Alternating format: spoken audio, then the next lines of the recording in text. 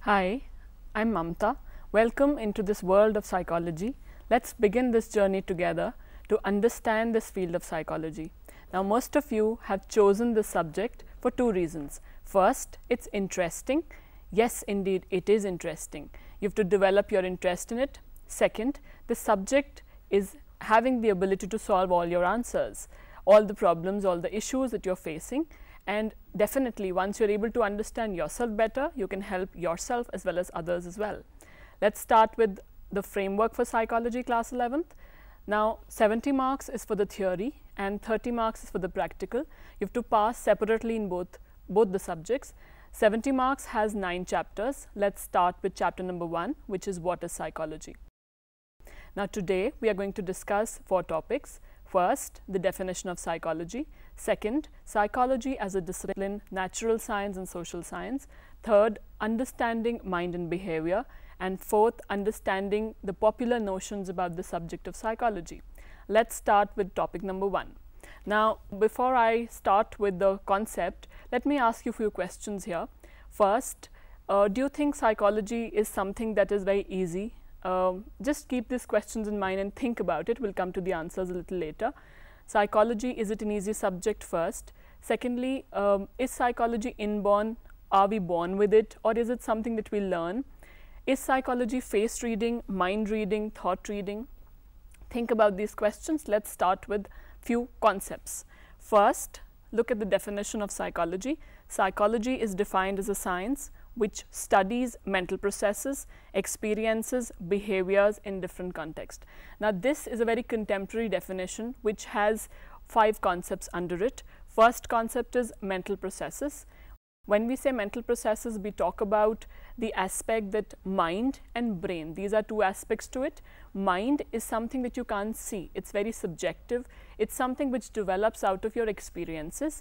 Brain as such is something that you can see, is something that you can locate, and physical test can definitely understand it. When I'm doing a maths problem, my brain activity and my neural activity can be assessed, that is the brain. But the 2 processes are very much interdependent. Second concept is experiences. Now, if I am doing yoga, only I can understand what I'm going through. At the same time, a person winning an international award, only he can understand what it is to win an international award. So, experience is very subjective, basically dealing with what you are going through. Third is the behavior. Now, if I'm smiling, if I'm nodding, if I'm saying this, all this is something that you can see outside. It is overt behavior which is outside. Behavior as such is to any outside stimulus my reaction or my response. So, this is internal as well as external. Internal is if I'm thinking something, this is an internal behavior. External is what you can see outside, which is overt. So, overt is observable, internal is covert. Behavior can be simple. If it's a reflex action, it is simple. It can be complex as well. If I'm having an argument or a discussion, that is a complex behavior. Psychologists mostly study the stimulus-response association of the behavior. Next component talks about different contexts. So, it is basically talking about cultural context. Now, one more question that comes up here is psychology a science or is it common sense? Psychology is very well a science. It deals with experimentation, verification like other sciences. Now, this was a contemporary definition. Let's move on to the second definition, which is a classical definition from which psychology started with. Psychology started with 2 Greek words. First is psyche, which is meaning the soul. The other is logos, which is meaning science or the study of the subject. So, this classical definition says psychology is a study of the soul, the mind or the consciousness. Let's move on to the next topic, psychology as a discipline. Now, most of you would be studying other disciplines as well. There are 2 questions that a discipline answers. First is what to study and second is how to study. What to study basically deals with the aspect that the subject content, what are we trying to understand, which phenomena are we trying to understand. How deals with the science or the methodology. Now, in this aspect we have 2 things included. One is psychology as a natural science and the other is psychology as a social science. Now, natural science again starts with objectivity, it starts with data collection like other sciences. It is dealing with data collection, verification, it is dealing with experimentation and objectivity. So, as a natural science like other sciences, the same methodology, same procedure is being followed.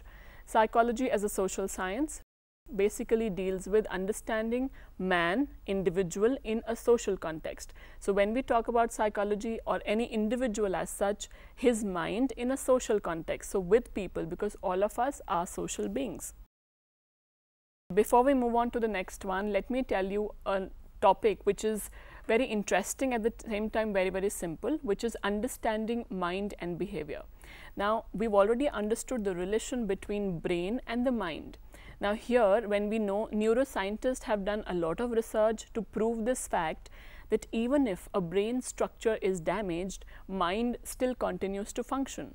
So, here one example which is normally given is a person whose occipital lobe is damaged. Occipital lobe, the structure of the brain dealing with the vision.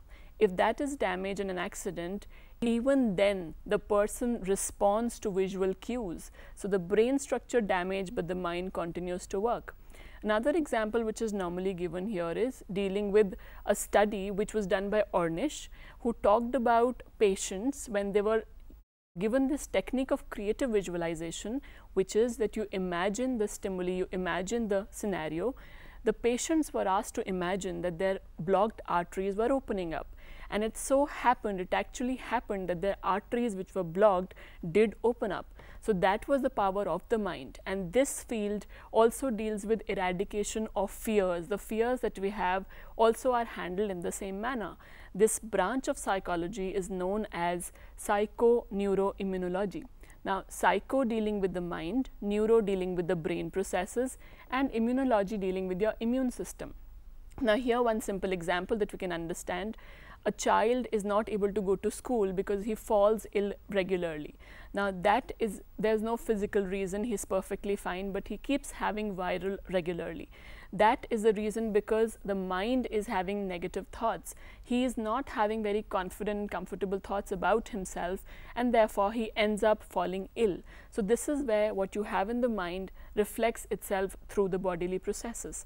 The next topic that we have for today is dealing with popular notions about psychology. Now, here we have misconceptions about psychology as a discipline.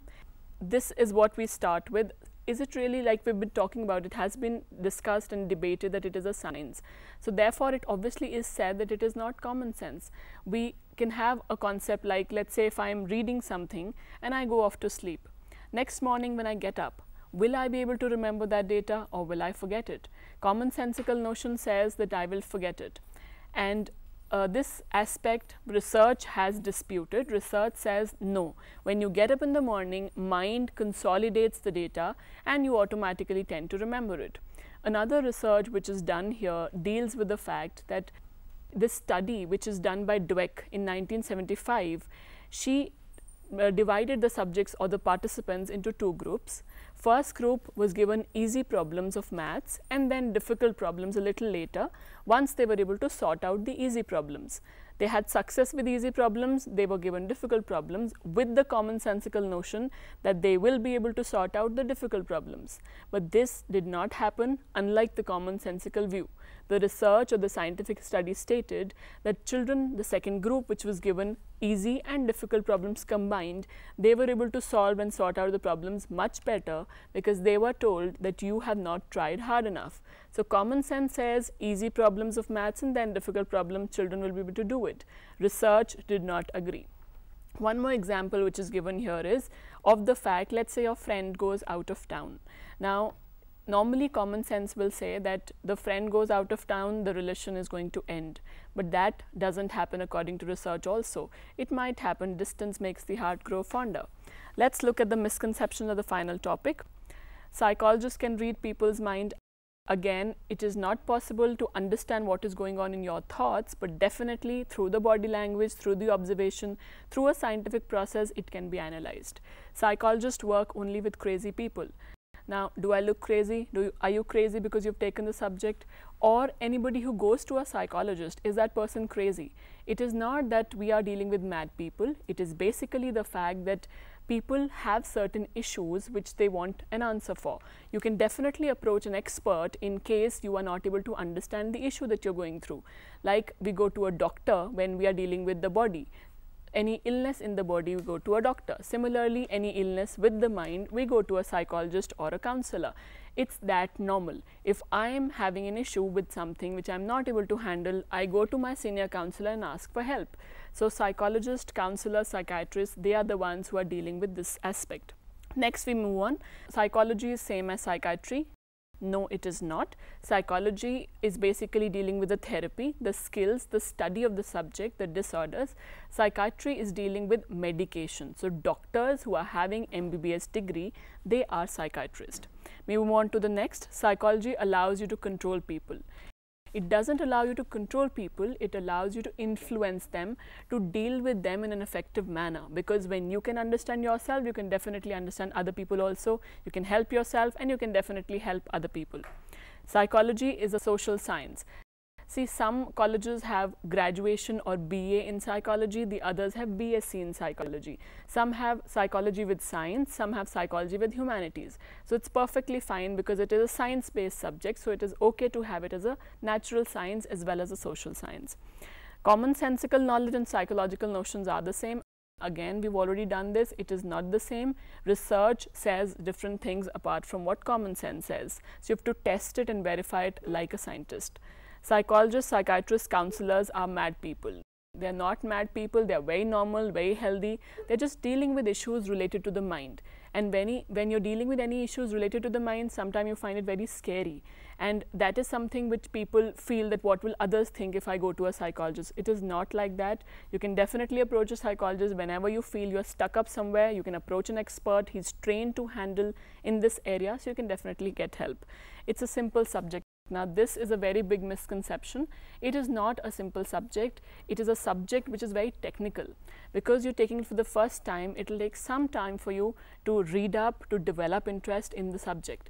It is a subject which is new for you. So you definitely need to understand which psychologists have done what kind of research, which psychologists have given which concepts, what do they think about psychology in general. You need to understand and read up these concepts. Only then you can have an interest in the subject. It's a very interesting subject. Let me assure you that it is going to be an amazing journey, a very enriching experience for you if you take it seriously. Let's summarize this. We've done the topics today which are psychology as a general notion. What is psychology? We've done psychology as a discipline, psychology as a natural science, and psychology as a social science. We've also done popular notions about the discipline of psychology. We have done defining psychology as mind and behavior concept, and we have done what are issues which people have in mind related to the subject. One more aspect that people think of here is that psychology is done by people or children. If you read up psychology, you'll become a psyche. It is not like that. Again, it is again a myth and a misconception. You will not become a psyche because it is something which will help you understand yourself better. So you cannot become a psyche through that. You can only increase your awareness on this journey of understanding the subject of psychology. Thank you.